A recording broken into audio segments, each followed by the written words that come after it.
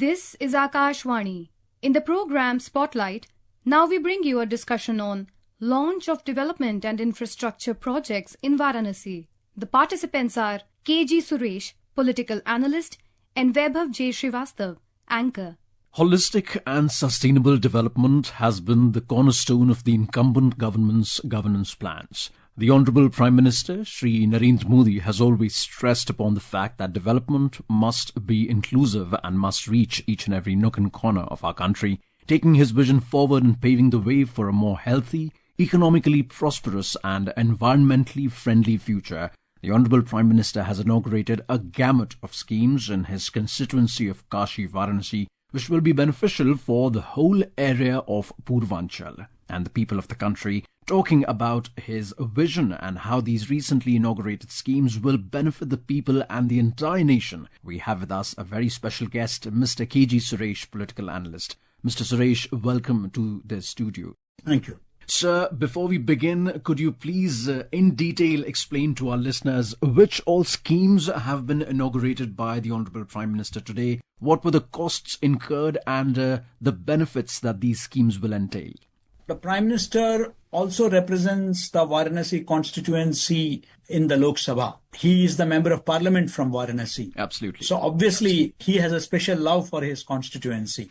In today's programs, he had laid the foundation stone of multiple projects linked to aviation, sports and tourism worth over rupees 6,100 crores. And this includes the R.J. Shankara Eye Hospital, and that too in the presence of His Holiness the Shankaracharya. And this hospital will offer comprehensive consultations and treatments for various eye conditions. And please remember that over the years, Varanasi has become a medical hub for the entire, I won't call it eastern Uttar Pradesh, rather the entire Purvanchal, which also includes parts of Bihar. So inaugurating that, he said something very beautiful. And he said that hospital is a blend of spirituality and modernity. It will serve the elderly as well as the kids while providing employment to the youth. Now, there cannot be a more balanced approach to development. And not only that, he also inaugurated projects linked to the Lal Bahadur Shastri International Airport. Now, please remember that there is a huge inflow of tourists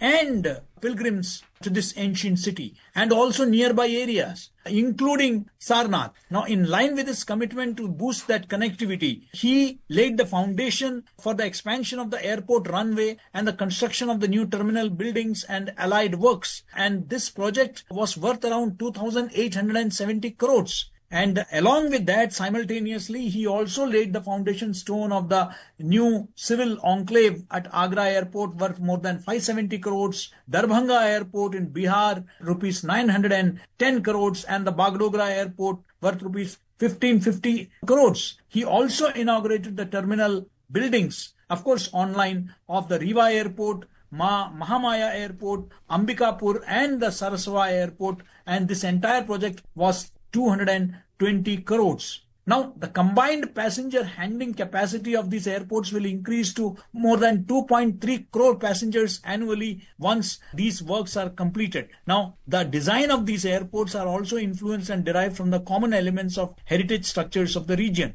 Now, not only that, please remember that in the last 10 years, our sportsmen and women have done incredibly well in international sporting events, whether it be the Commonwealth or the Olympics or the Paralympics or the Asian Games. They have done, and of course the South Asian Games and other international events, and of course the International Federation events. Now, one of the reasons for that is over the last decade, you have seen massive fund allocation for sports development, the development of infrastructure, the extension of facilities for sports training to sportspersons, and of course the incentives given to sportspersons when they win any medal in international tournaments. Now, as part of that, the Prime Minister inaugurated phase 2 and 3 of the redevelopment of the Varanasi Sports Complex worth rupees 210 crores under the Khelo India scheme and the Smart City mission. The whole idea is to create state-of-the-art sports complex featuring a national center of excellence, players hostel, sports science center, practice fields for various sports indoors. So this apart, at the Babasaheb Ambedkar Stadium at Lalpur, he also inaugurated a 100-bed girls and boys hostel. Not only that, this visit is particularly significant because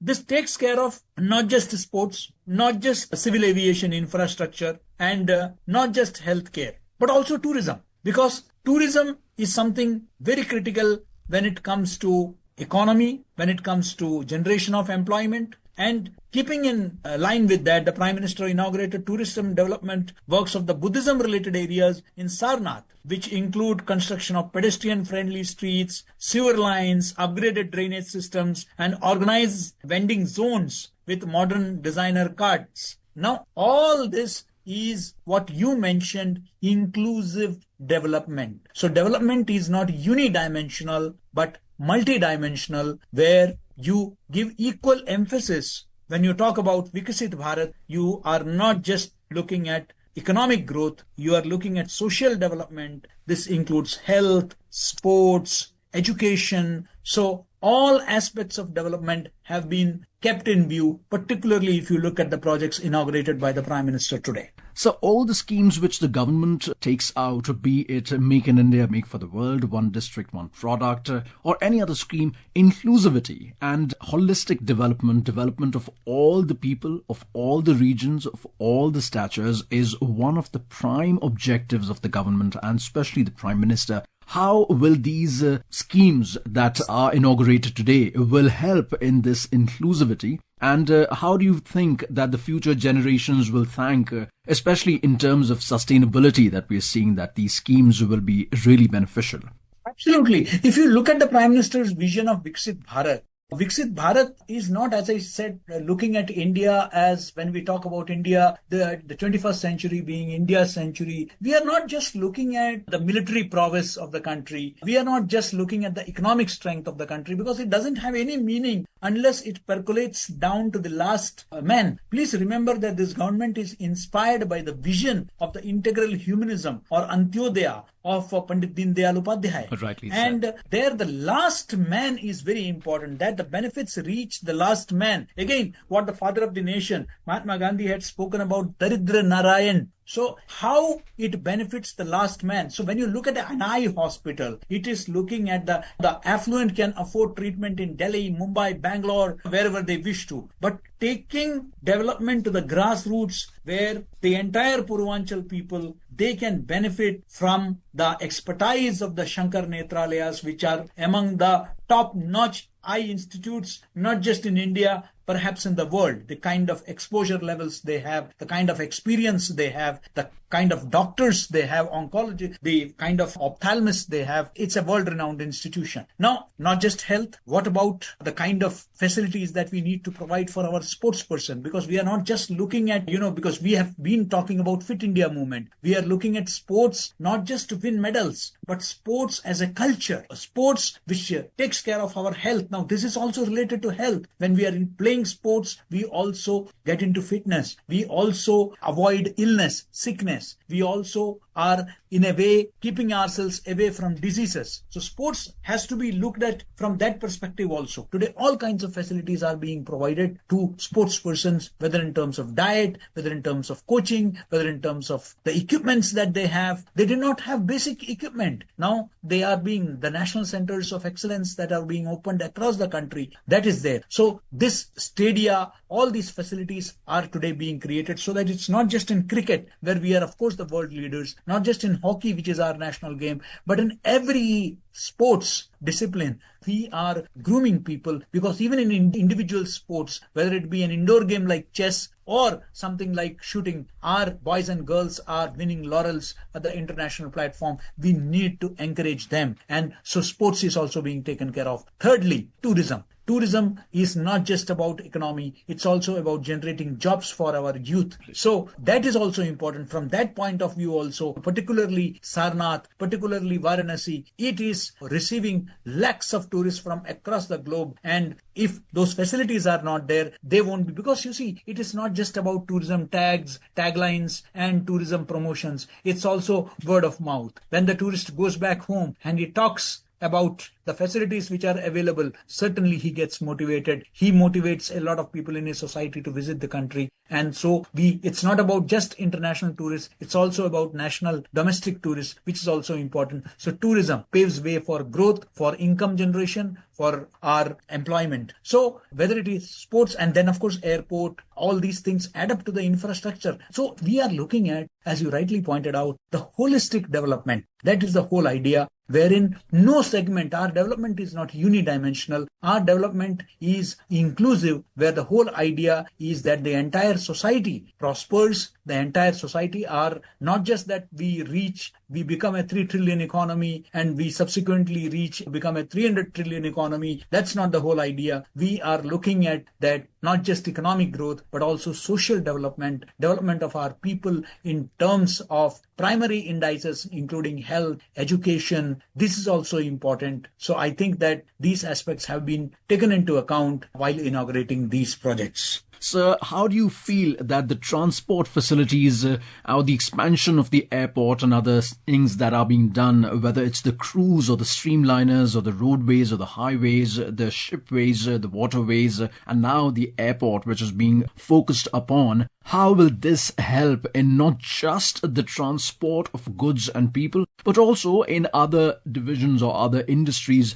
Connectivity is very critical for development. At the end of the day, if somebody is sick and somebody has to be rushed to a major hospital, obviously you need good roads. Earlier we have seen that story about the mountain man who had to actually carve out a road himself to build a road because he could not take his wife to the hospital. So we have seen such stories in our post-independent history. Now, how can we take, whether it is through the Pradhan Mantri Gram Sadak Yojana, how to connect, build good roads, and how connectivity is possible. Connectivity not only enhances these facilities, but also it improves trade, internal trade, business. People are willing, a lot of today foreign countries, foreign investors are queuing up to invest in India because it has a stable economy, it has a stable political system, so people want to invest here. But in the absence of infrastructure, they will not be able to invest. But if infrastructure is there, they will invest. And if they invest, that means that they generate employment.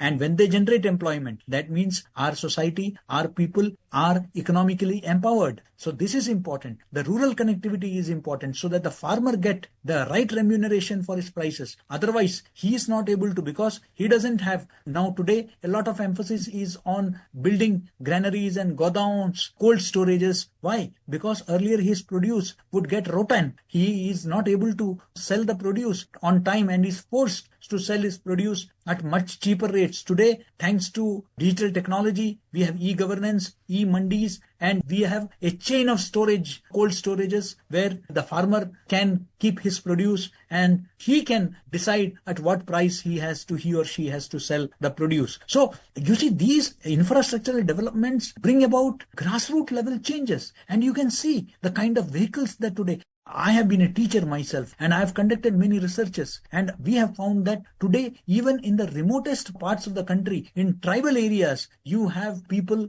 who are using digital technology to place orders with Amazon. I mean, this is something, and Flipkart and online marketing options are there. Why? Because their economic level, their incomes have gone up. Today, they are able to sell their produce, their handicrafts, a lot of opportunities. Have now what is being done in Sarnath. This entire thing of the vendors, the carts that is being kept in mind to promote local handicrafts. And above all, we need to take infrastructure to them. Only then will there be holistic development of the society at the grassroots level. And that is what the entire objective of development is, the entire paradigm and model of development is. And only then can we become Viksit Bharat or developed India in the real sense of the term. Absolutely. Mr. Suresh, thank you so much for giving us your precious time and It was for a the pleasure. lovely multi-pronged explanations. Thank you so much, sir. Thank you. You were listening to a discussion on launch of development and infrastructure projects in Varanasi. The participants are KG Suresh, political analyst, and Vaibhav J. Srivastava, anchor. This program was produced and presented by the News Services Division of Akashvani. You can listen to it on our mobile app, News on AIR. This program is also